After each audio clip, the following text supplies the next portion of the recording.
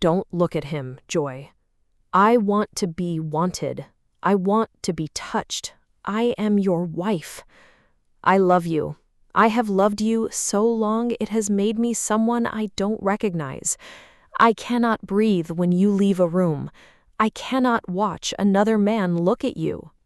Then love me out loud. Touch me. Choose me where people can see it. Please stop pretending I am furniture.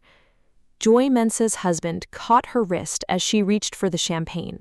He did not do it gently. He did it the way a starving man reaches for bread, and that was the frightening part, because this was a man who had not touched his wife in 2 years of marriage. His fingers closed on her brown skin hard enough that she would find the shape of them there in the morning. "Don't," Do-yoon Kim said, and his voice was low, and there was nothing polite left in it. Joy looked up into her husband's face, this man whose ring she wore, this man whose bed she had never once slept in, this man whose eyes followed her across every room in Accra, and whose hands had never followed after them. His control was cracking in real time. She could see it in the muscle jumping in his jaw, in the black spreading through his eyes, and she had no idea what was on the other side of it. Don't what? Don't look at him like that. Across the ballroom of the Orem Hotel, standing under the chandeliers with a glass he wasn't drinking from, was Min Jae-han, the filmmaker, the Korean boy from Cantonments, whose grandfather had opened a hardware shop on the Ring Road in 1971, who spoke T with an Accra accent and Korean only with his mother. The boy she had loved when she was 22 and still believed that love was a thing that stayed. The man who had vanished from her life 7 years ago without one word of explanation.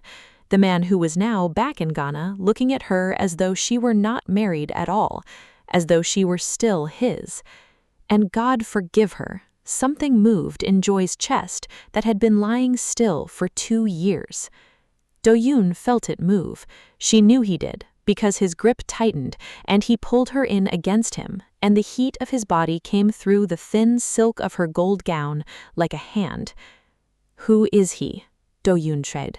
Not a question, a demand. She could have lied, she should have lied, but she was so tired of being polite inside her own life. "Someone I used to love." Something went out behind her husband's eyes. "Used to? Does it matter? You don't want me anyway." "Don't I?" And then he pulled her flush against him, the first time in the entire history of their marriage that he had held her like a man holds his wife. She could feel the whole hard line of him. She could smell cedar and something warmer underneath it that made her knees unreliable. She could feel his heart going as fast as hers. "You are mine," he said into her ear, his lips brushing the shell of it. "I don't care who he is. I don't care what he was. You are mine, Joy, and I am finished pretending otherwise."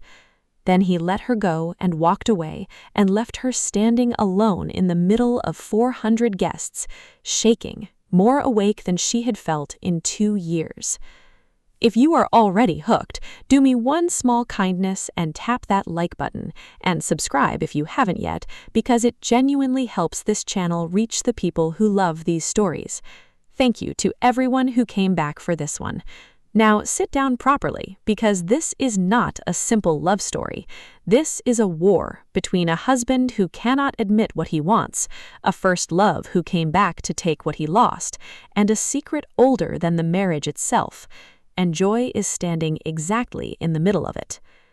2.5 years earlier, Joy's father had a problem.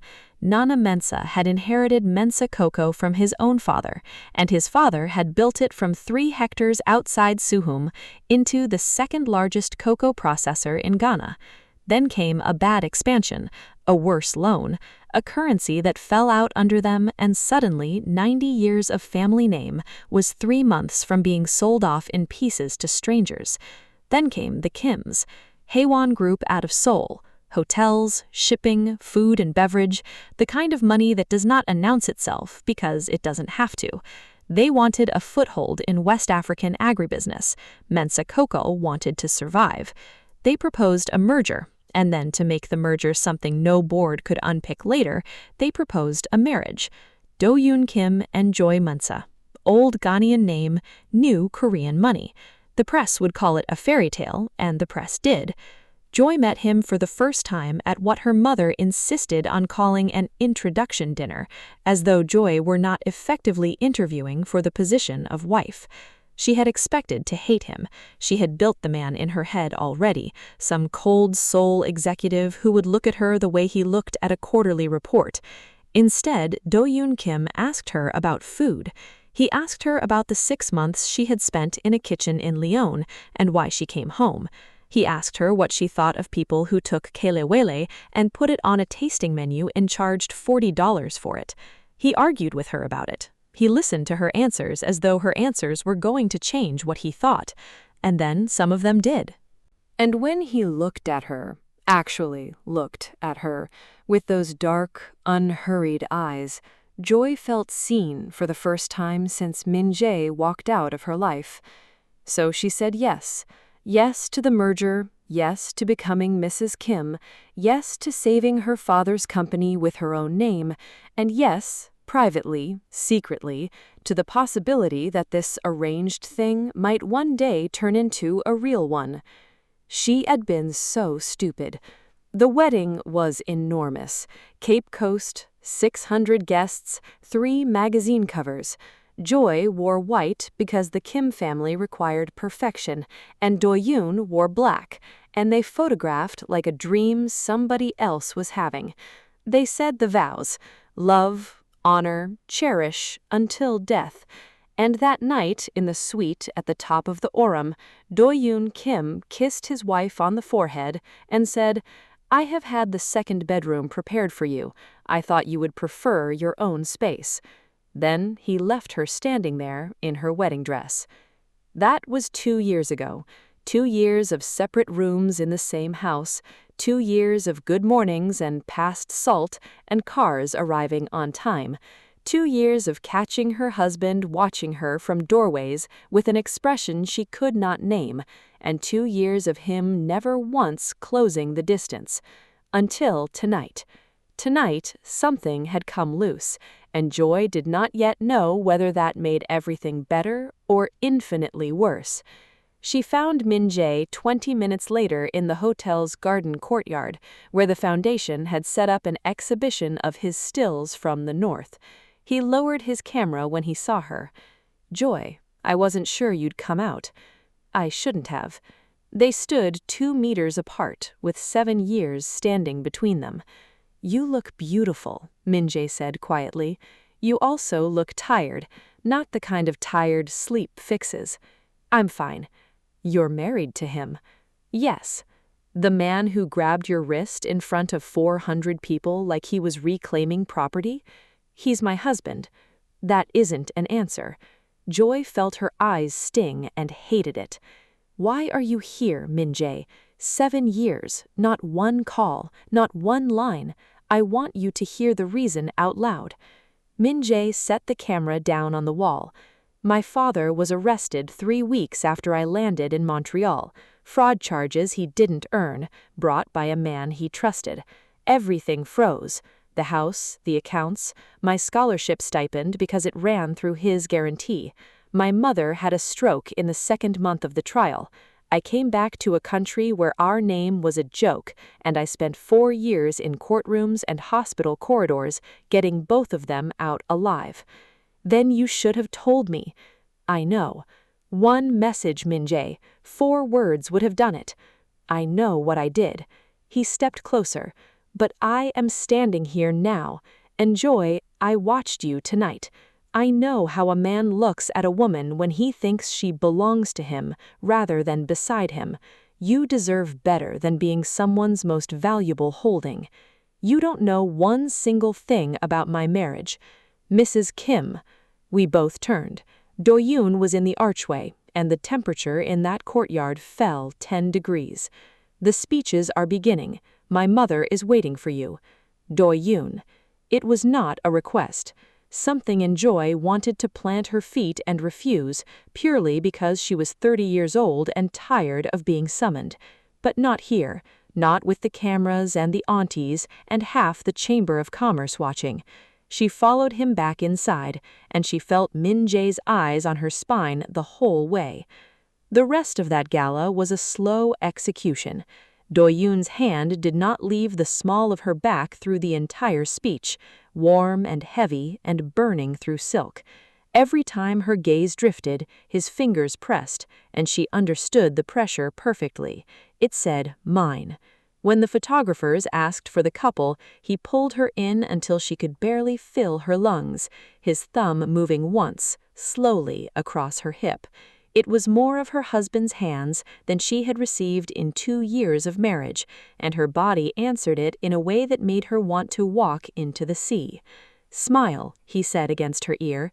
"They're all watching." Joy smiled. It was a beautiful smile. There was nobody behind it. The camera flashed and made the cover of 3 magazines. The perfect couple, the beautiful lie. Neither of them spoke in the car. Rain had come in off the coast and turned Oxford Street into smeared light.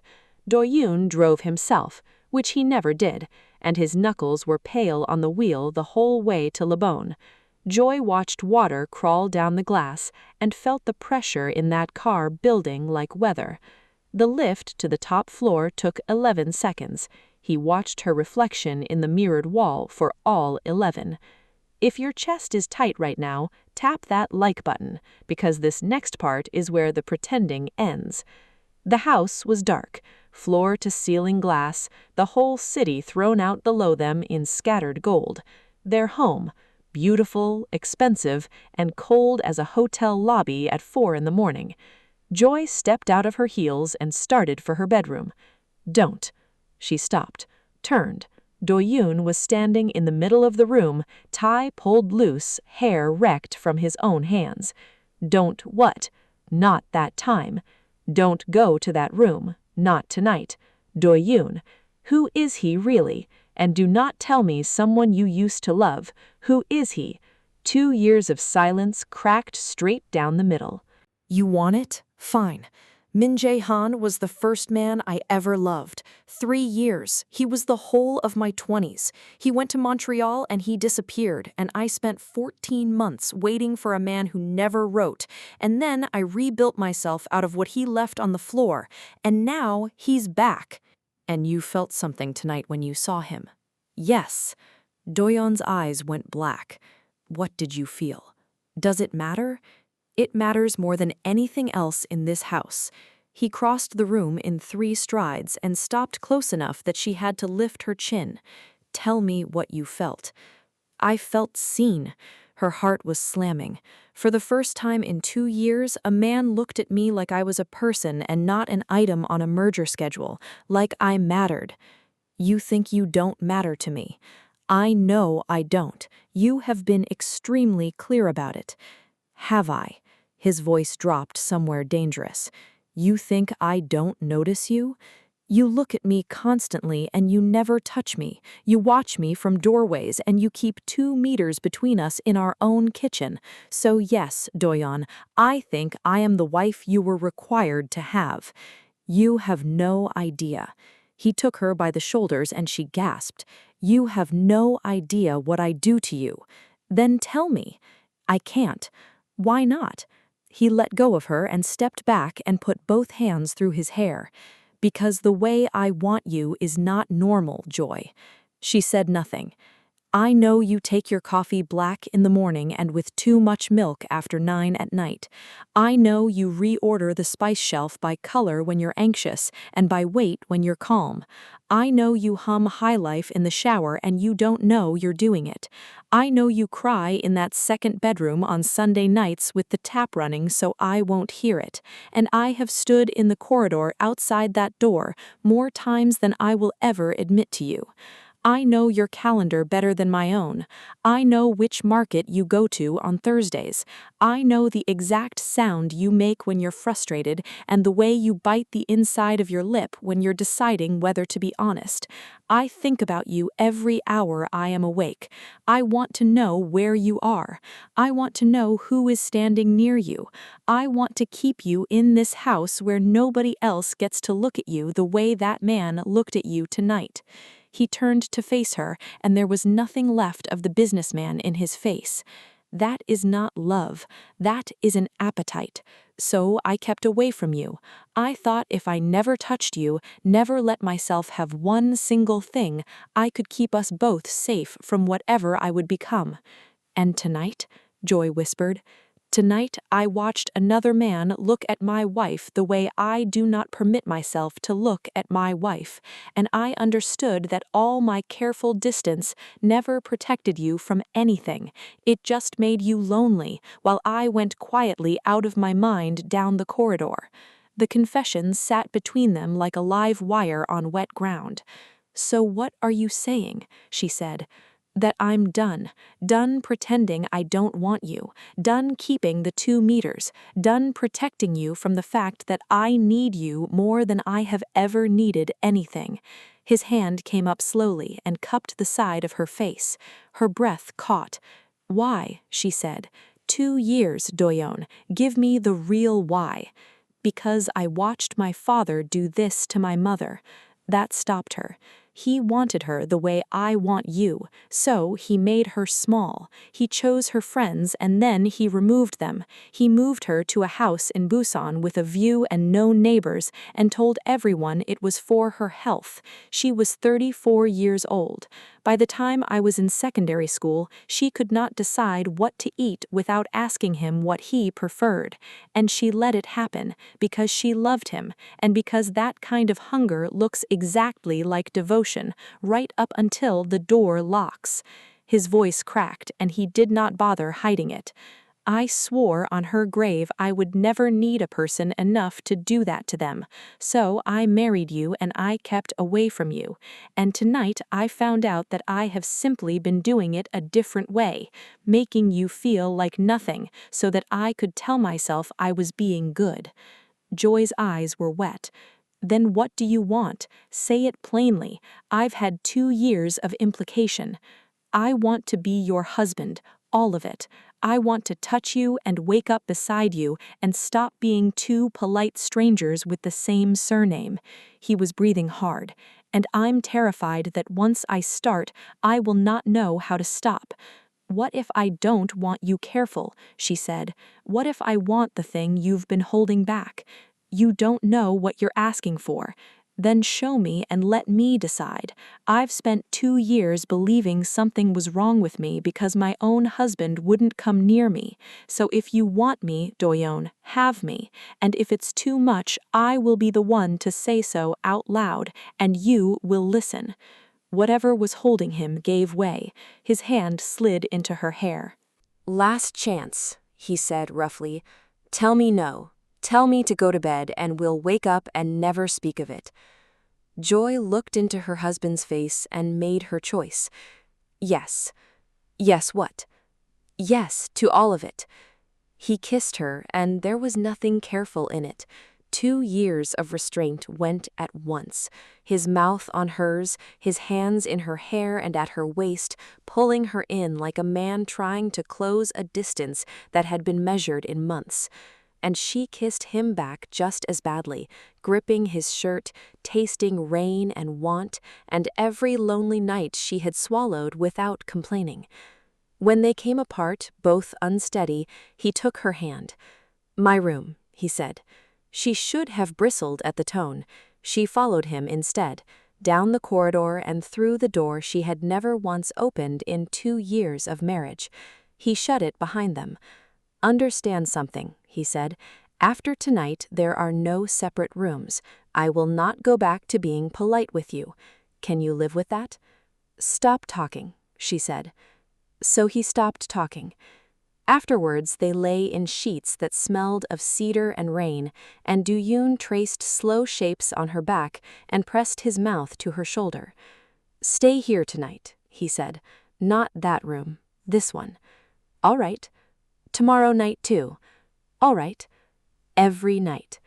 She turned over to look at him. Are you asking me to move down the corridor? I'm asking you to be my wife, to sleep in my bed and let me hold you and stop living like a tenant in my house. His hand came up to her face. Can you do that? Yes. Something in his expression came loose and softened, and he pulled her in, and Joy let herself be held, and let herself believe that this might actually work.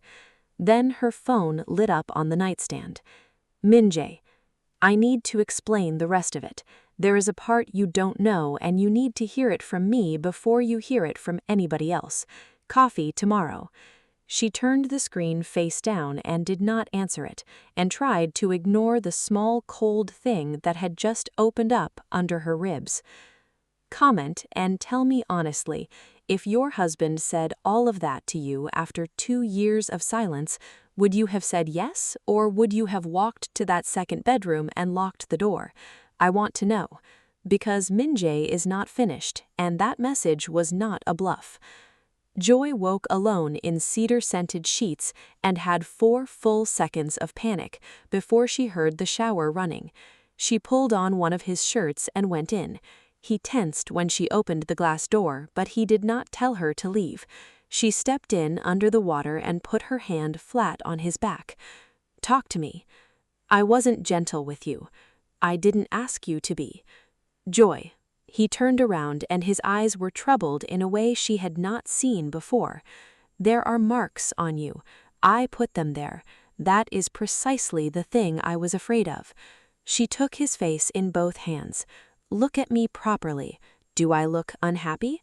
No. Do I look frightened of you? No. Then stop building a courtroom in your head at 7 in the morning. Yes, you were intense. I knew what I was walking into and I walked in anyway. And last night was the first time in 2 years that I felt wanted by my own husband. So do not take that from me by drowning yourself in guilt about it. He pulled her in, water running over both of them. I don't know how to do this. I don't know how to want you this much without it turning into the other thing. Then we learn it, slowly, out loud, and the first time it starts turning, I will tell you, and you will believe me. They stood there until she felt the tension go out of his shoulders, and his arms came around her properly, holding, not gripping. He made coffee afterwards while she went through his wardrobe for anything that fitted, and they sat in the kitchen in the early light and were for the first morning in 2 years something that resembled a married couple. What's your day? He asked. Suppliers until 3, then I'm meeting the man from the Osu property about the lease. Do dinner with me tonight. Not a business dinner, not an event. She raised an eyebrow. A date with my husband. 2 years late. 2 years late, he agreed. Her phone buzzed again. Mensah. Joy, please, this isn't about us. It's about your father. She turned the screen to him and watched her husband's face close like a door. Are you going? Duyun asked, and he was working very hard to make it sound like a normal question. I need the closure. I need to know the whole of the last 7 years so I can put it down and stop carrying it. And then I come home, here, to this.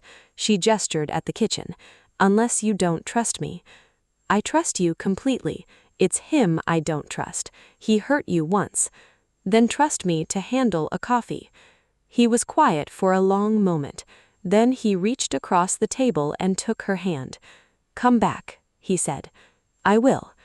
3 days later, she met Mensah at a café in Osu, neutral ground, public, somewhere she could make a bad decision.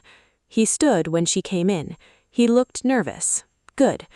You have 1 hour, Joy said, sitting down. Then this is finished for good. That's fair.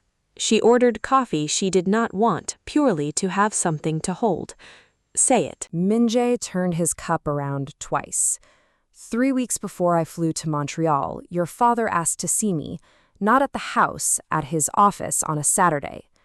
Something began to go very cold in Joy's stomach. He told me he had reviewed my situation. Those were his words. He said my father's business was 6 months from collapse, that the Han name was about to become unusable in this city, and then he was not going to allow his only daughter to be attached to a scandal.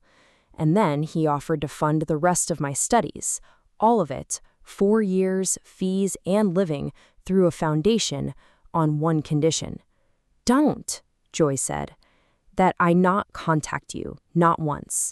He said if you truly cared for you, you would let you have a clean life. He said you were being considered for something better." Minjae's jaw worked. I was 25 years old, and my father was 3 weeks from being arrested, and I took the money, and I have thought about that Saturday every day for 7 years. Joy could hear her own blood. "You took it?" "I took it. I told myself I'd come back once my name was clean. Then the arrest happened and my mother's stroke happened, and the 4 years turned into 7 years. And by then, you had married a Kim, and I had no right to anything." He looked up. "But that is not the part I asked you here for." "There's more?" "There's more. When I came back to Accra 6 months ago, I went looking for the foundation that paid my fees, because I wanted to pay it back. It doesn't route to your father. It never did. Your father didn't have that kind of liquid money in that year, Joy. Nobody has ever been able to tell me who did." He slid a printout across the table. She looked at the registration document. She looked at the incorporation date, and the holding company above it, and the holding company above that. Heir Group. He was 27 years old. He had never met you, and he was already paying to clear the road. Joy did not remember standing up. She remembered the sound the chair made.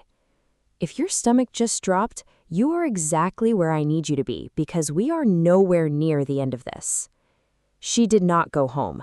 She sat in her car outside the café for 40 minutes, and then she drove to Haewon's tower on the ridge and walked past 2 assistants into her husband's office. Do-yoon looked up. He saw her face, and Joy watched a man understand in real time that a thing he had buried had come up out of the ground. "Say it," she said. "Joy, say it, or I will walk out of this building and you will never find out what I decided." He closed his laptop. "I met you when I was 27 years old. You were not introduced to me. You did not see me.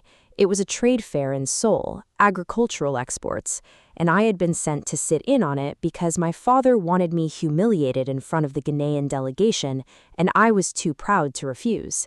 Your father's company had a stand. He was late. You were 23, and you had been sent to hold the space. And a buyer from a chain in Osaka started explaining your own product to you in front of a crowd. And you let him finish. And then you took the beans out of his hand and made him taste 3 grades in front of 40 people. And you were completely respectful and completely merciless. And when he tried to walk it back, you said kindly that you would send him the paperwork so he could read it at his own pace." Do-yoon exhaled. "I had never once in my life seen a person do that, hold their ground without turning cruel. I went back to my hotel and I could not think about anything else, and I have not stopped since." "And the foundation?" 6 months ago, I heard through a broker who talked too much that Nana Mensah was quietly paying a young man to leave the country. I asked why. I was told there was a daughter and a scandal. His hands had gone still on the desk. I paid it instead through a structure nobody could trace back to me. I told myself I was doing something decent, that a man shouldn't lose his education over his father's court case. Look at me and tell me that's the whole reason." He looked at her. "No," he said. "I wanted him gone. I wanted the road clear. I did not know when, and I had no plan, and I told myself for a year that it meant nothing. Then the cocoa business started failing, and my father wanted West Africa, and I put Mensah Cocoa on his desk myself. I engineered the merger. I proposed the marriage clause. Your father thought it was Korean tradition. It was not tradition, Joy. It was me." Joy found she had to sit down. "So none of it was mine? Not the marriage? Not the loss of him, not the 7 years I spent thinking I was a woman who was easy to leave. My father sold my life once, and you bought it twice, and you both decided that was kindness. Yes. Don't you dare agree with me pleasantly. I'm not being pleasant. I'm telling you that you are correct. He came around the desk, but he stopped well short of her, and she noticed him stop. That is why I never touched you. Not only my mother. That was true, but it was not all of it. I knew what I had done to get you into my house, and I decided that if I never took anything from you, it wouldn't count as theft. 2 years of separate rooms, so I could keep believing I was better than my father. You are not better than your father. No. You just did it earlier and with more paperwork. Yes. Joy stood up. I am going to sue him. I am going to sit in front of my father and hear him say it in his own voice. And then I am going to my mother's old house and I am going to stay there. And I do not want you to call me or send anyone or find out where I am from a security company. Not once. Do-yoon's whole face changed, and she watched him fight it, and she watched him win. How long? He said, and his voice was not steady. Until I want to be found. All right. That was all. All right. And Joy walked out of that tower with her hands shaking because in 2.5 years it was the first time her husband had ever let her leave. Her father did not deny it. That was the worst of it. Nana Mensah sat in his chair in Suhum with his hands on his knees and said that he had done what fathers do, that Min Jae-han had been a boy attached to a sinking name, and that he had put his daughter somewhere safe. Safe, Joy said. You have a house on the ridge, you have your restaurant lease, you have a husband who does not drink, does not gamble, does not humiliate you in public. He also did not touch me for 2 years, Papa, and I thought it was because I was not enough. Do you understand what I did with that? I made myself small in my own life for 2 years because you decided at a desk on a Saturday that I could not be trusted with the facts. Her father looked at the floor for a long time.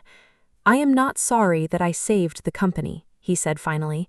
I am sorry about the 2 years. That isn't good enough. No, he said, it isn't. Joy stayed 9 weeks in her mother's old house in Suhum, and in those 9 weeks she did 3 things. She finished the plans for her restaurant, the one she had been designing on paper for 6 years, and she did it without asking anybody's opinion. She let the Haiwan money out of it entirely and put her own name on a smaller loan at a worse rate for a smaller room in Osu, and it was hers. She told Min Jae, on the phone, kindly, that she was grateful and that he had done the right thing by telling her, and that she was not going to be the ending of his 7-year apology. He said he understood. She thought he probably did. And every Friday a courier arrived at the gate with an envelope. No flowers, no jewelry, documents. Every internal Haiwan record touching the Mensah merger, the valuation memos, the board minutes, the clause he had inserted himself in his own handwriting with his own initials beside it, the foundation registration, all of it, unredacted, delivered to a woman who could have destroyed him with any 3 pages of it. No letters, not once. In the 9th week, she drove back to Accra and let herself into a dark house on the ridge and found her husband asleep in a chair in the front room with a phone in his hand, and she understood he had been sleeping there because it faced the door. He awoke. He did not get up. Why the documents? Joy said.